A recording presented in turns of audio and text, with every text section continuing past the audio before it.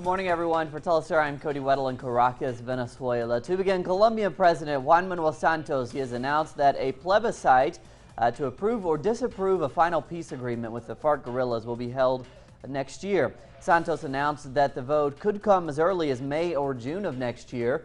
The plebiscite would allow Colombians to express themselves regarding the current peace process being negotiated in Havana.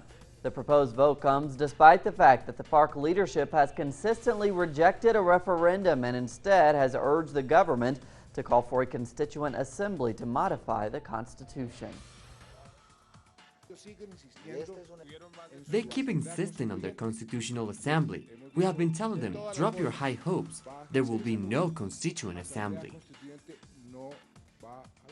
This issue will likely continue to be at the center of this round of peace talks. The FARC guerrillas have expressed their concerns regarding the referendum. They have argued there are several issues with such a vote. Now, according to the Colombian Constitution, a plebiscite does its constitutional mechanism and does not imply that the government has any legal obligation to fulfill every agreement in the final document.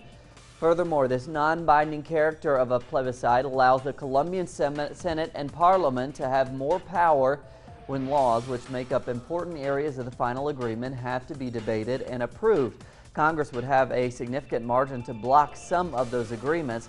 And finally, the rebels argue that they have not reached a consensus at the negotiating table over which would be the best mechanism to make a final peace deal effective.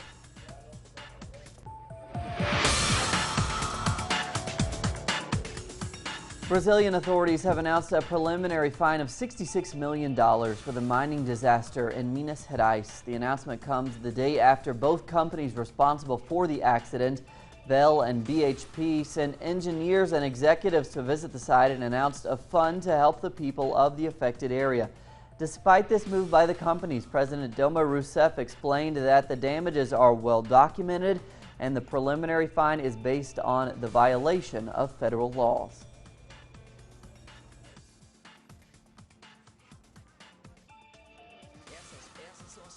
I am able to impose the fine for the following reasons: for the damage caused to the environment, including the watershed, for the interruption of the energy supply, and for damage caused to public property. State workers in Peru continue striking due to the pay cuts made by the government. Protesters gathered Thursday outside the finance ministry to show their rejection of the pay cuts. This ministry has been leading austerity policies which have resulted in the pay cuts. The workers say the pay cuts are worst for the health ministry and are demanding their labor rights to be respected. And as Argentina gets ready for a second round of presidential elections, speculation over the country's future has led to a hike in the price of bread there. The price for a bag of flour increased 30% after candidate Mauricio Macri's economic advisors announced he would stop taxes on grain production if elected. Grains are one of the main exports of Argentina, and the government has increased taxes for grain companies since 2008, with which the government has been able to finance social programs. The speculation in prices is also being fueled by Macri's announcement that he would devaluate the peso there. The head of the current Argentine government, Aníbal Fernández, criticized Macri's remarks. And we're going to take a look now at some criticisms by the cabinet chief in Argentina of a devaluation plan proposed by the right-wing presidential candidate Mauricio Macri. To tell the truth of what's going to happen, that means the average man or woman in the streets, nobody tells them the truth. If they went through with the dollar devaluation of 17%, inflation will rise to 50%, meaning that bread prices will rise. They already increasing the price of dough. If bread currently costs 20 pesos per kilo, it will cost 50, but your salary will still be the same as today. Ladies and gentlemen, that's what you need to know. 25 pesos el kilo va a costar 50. Pero usted va a tener el mismo sueldo, señora, entonces esto es lo que... In Mexico now, there's anger and sharp reactions to a brutal police aggression carried out on Wednesday against a group of Ayotzinapa students who reportedly commandeered several buses and a gas tanker truck. Many activists say the violent clash represents a future campaign to further criminalize the students. Our correspondent Clayton Kahn now with more.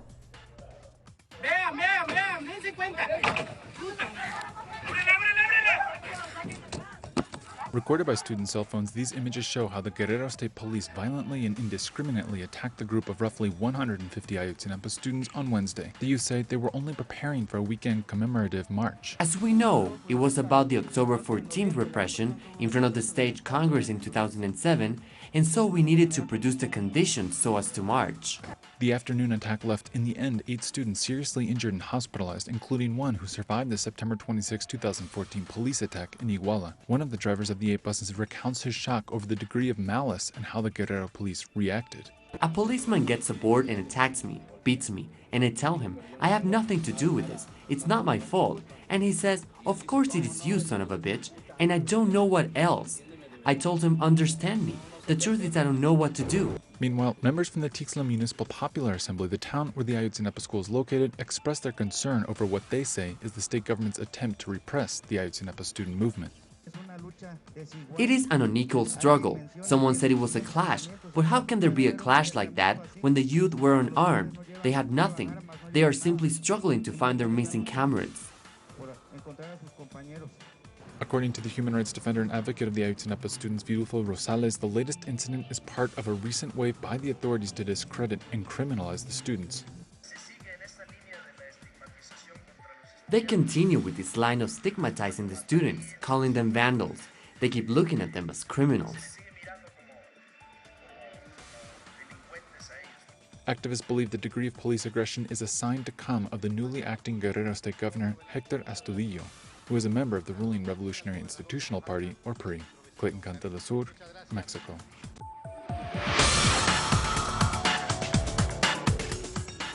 Tensions in the South China Sea have reemerged after reports of United States bomber jets overflying the disputed area. The Chinese Foreign Ministry said China will defend what it considers its sovereignty from any country under the pretext of freedom of navigation and overflight.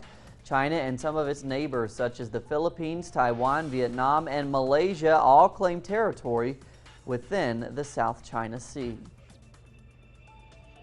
The United Nations Security Council voted on Thursday to stop the ongoing violence in Burundi. The Security Council warned that the government is targeting the opposition since April there, when President Pierre Nkurunziza, a former Hutu rebel, announced he would be running for a third term.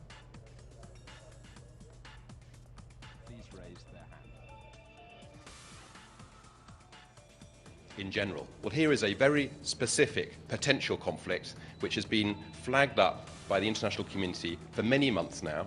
We know that how high the stakes are from the briefings that we all heard on Monday. We know that in the worst case what we are talking about is a possible genocide, and we know that we have to do everything that we possibly can to prevent that. And the Secretary General and the United Nations have a very significant set of potential tools of measures that they can use, ranging from sanctions, political, peacekeeping, and all of those things I hope will be part of the report back from the Secretary General in 15 days. And in a significant breakthrough, the Kurdish forces have defeated the Islamic State in the Iraqi city of Sinjar. The Kurdish militias, with backing from the government and the U.S.-led airstrikes, recaptured the strategic town, which had been under Islamic State control since last year.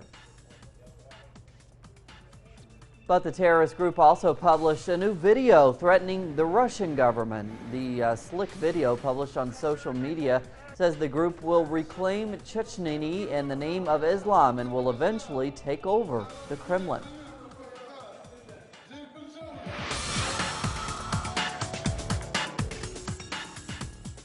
Have you seen this? A video of a Peruvian skating dog has gone viral. He's on a skateboard. Yeah, that's what that's called. The dog, check him out here. He's named Odo. He is becoming quite world famous around the world. He broke a Guinness record for riding through the longest human tunnel. And I think he had like 60 people there that he rode through. Evidently, that's a record. The 3-year-old English bulldog was cheered by crowds in Lima, where the Guinness World Records team certified his achievement. Wow.